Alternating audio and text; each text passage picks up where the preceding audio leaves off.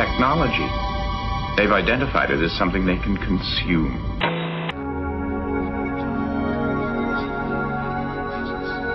So, Dr. Maynard, what is nanotechnology? Well, I think to explain nanotechnology you need to understand two things. The first is that nanotechnology is dealing with things which are incredibly small. And a human hair is 100,000 nanometers thick. Now the second thing I think you need to understand about nanotechnology is that it's a way of controlling matter to make it do what we want it to do. Why nanotechnology is important is because at that scale, interesting and novel properties emerge when you manipulate different kinds of materials. Researchers say building things atom by atom or molecule by molecule will revolutionize the production of virtually every human-made object. You will be assimilated.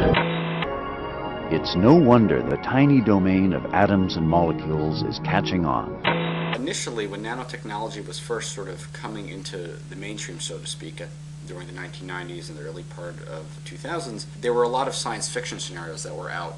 First, the individual is injected with nanoprobes, microscopic machines which attach themselves to the victim's blood cells and begin to immediately rewrite the victim's DNA. We created tiny robots called nanites to patrol her body and repair the damage. Sabrina injects herself with 3 species of these synthetic organisms. The idea really came from somebody named Richard Feynman, who in the late 1950s, he said, wouldn't it be great if we could create synthetic molecular motors, so nano robots, which can use various chemicals in our bodies to generate energy and therefore can traverse the body looking for diseases. Since they generate their own energy, could then fight those diseases if we're able to program them correctly. So you would essentially have these entities in your body that would treat any kind of disease that would ever happen.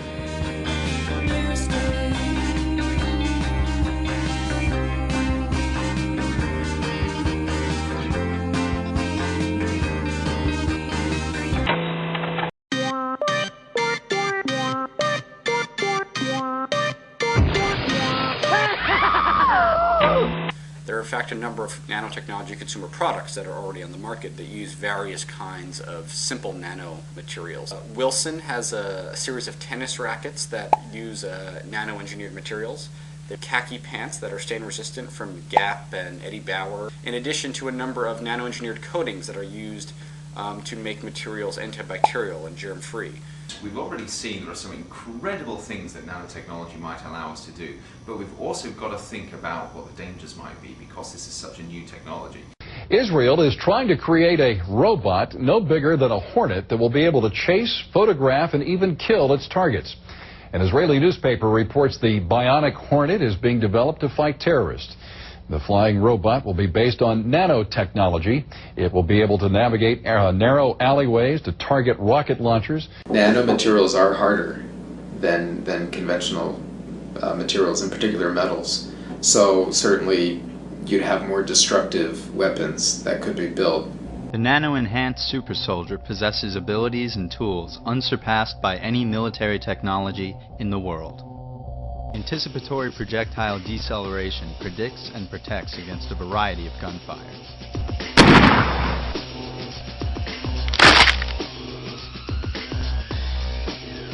Spasmodic restabilizers snap fractured bones back into place and form an instant cast around the injury.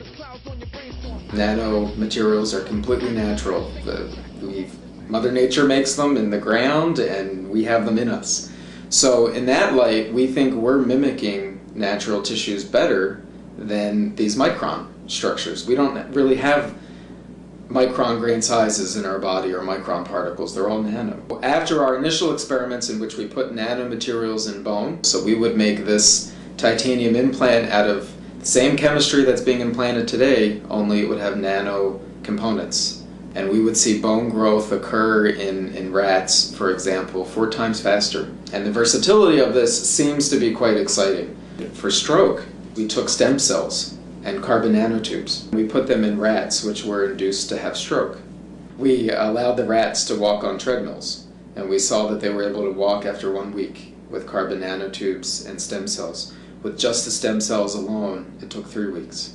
One of the things that make nanomaterials so exciting is that they're small, they have different structures to get into different parts of the body, which is great if you're trying to deliver a cancer therapeutic directly to a specific cell. Unfortunately, that property may not be so great if you're trying to keep a nanomaterial, for example, on the skin using a sunscreen, and it begins to translocate through the body. You know, one of the big things that come up that we have to address, you know, we should have addressed it 5 years ago, is toxicity and really manufacturing nanomaterials. How safe is it? There are really very few safety standards we can fall back on what to do. The community needs to recognize that and get together like we did with genetic engineering and say, hey, you know what? We need to sit down and start thinking ahead. This is a problem that's not specific to nanotechnology. It's a problem that's specific to any kind of emerging technology, where in many cases the innovation rapidly precedes the oversight system. They're unlike any threat your Federation has ever faced. Your culture will adapt to service ours. Prince Charles said nanotechnology is going to create a green goo across the world, and I think his message was, we don't know what all these nanoparticles are going to do. Cybernetic creatures from the future who tried to stop his warp flight, their ultimate goal being to enslave the human race. Exciting prospects, but they also point out the promise of nanotechnology can only be realized if we